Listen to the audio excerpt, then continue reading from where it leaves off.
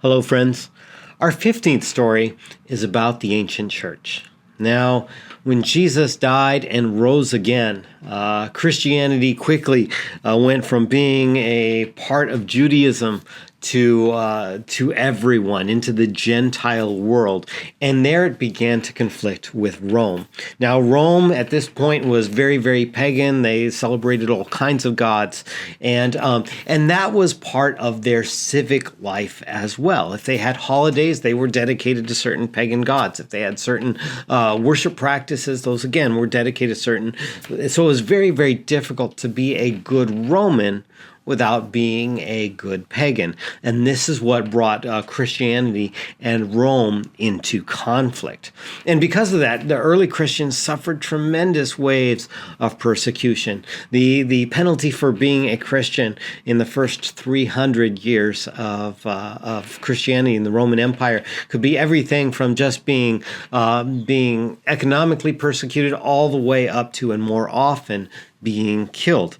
But the Christians, they suffered that joyously, believe it or not. One of the early church historians in that time said the blood of the martyrs is the seed of the church. In other words, when someone died, they did it in such a way that the people around them wondered what that they had that made them so brave, and ended up becoming Christians themselves. And thus Christianity grew. But it was very difficult, again, that tension between government and Christianity, because if you were a Christian, you couldn't participate in festivals that were mandated that everybody participate in, because the festival was usually dedicated to a pagan god, or there was an element in the festival that was a mandatory worship to a pagan god.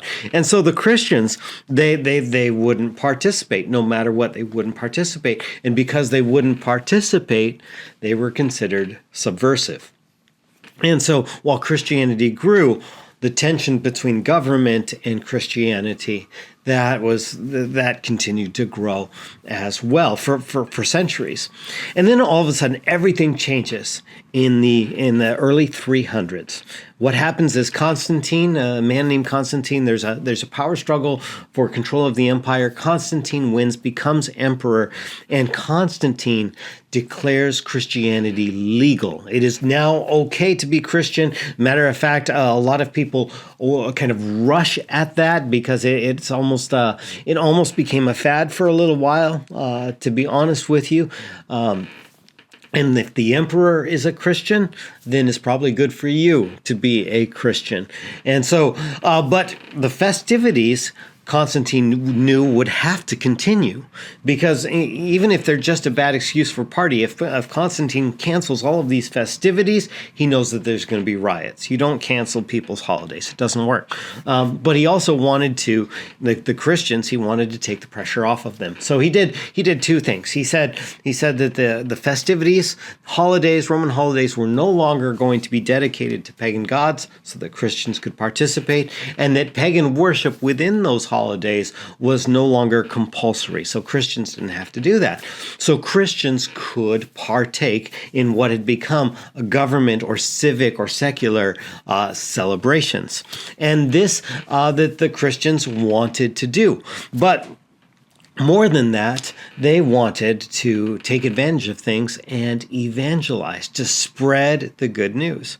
Now, one of these celebrations had happened on December 25th, and it involved fir trees. That was one of the decorations of the day.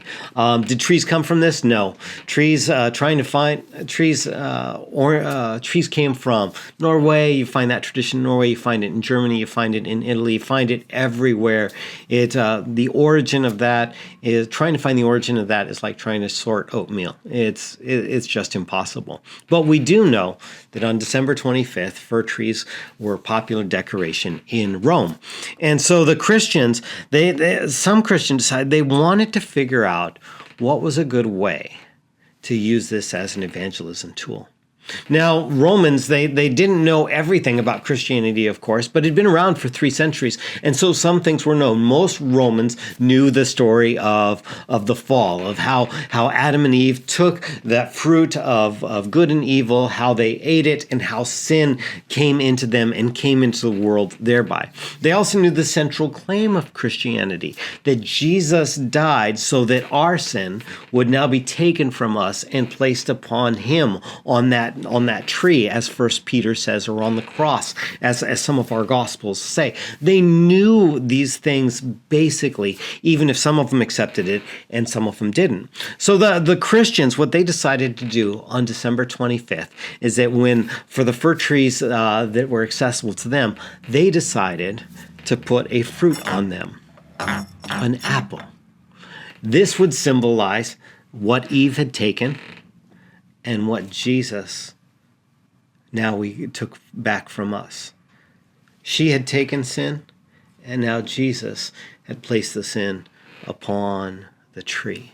And so they used that as an evangelism tool. Now, this had nothing to do with the Advent or Jesus coming. Matter of fact, the early church was all about Jesus' death and resurrection. They didn't celebrate the Nativity as you and I did. That came later. But they did this, and they also took some of that fir tree and they twisted it in a circle and put holly on it. Holly is kind of looks like cherries, bright red. And the symbolism was much the same, to point to the death and the resurrection of Jesus Christ, the blood and the crown of thorns.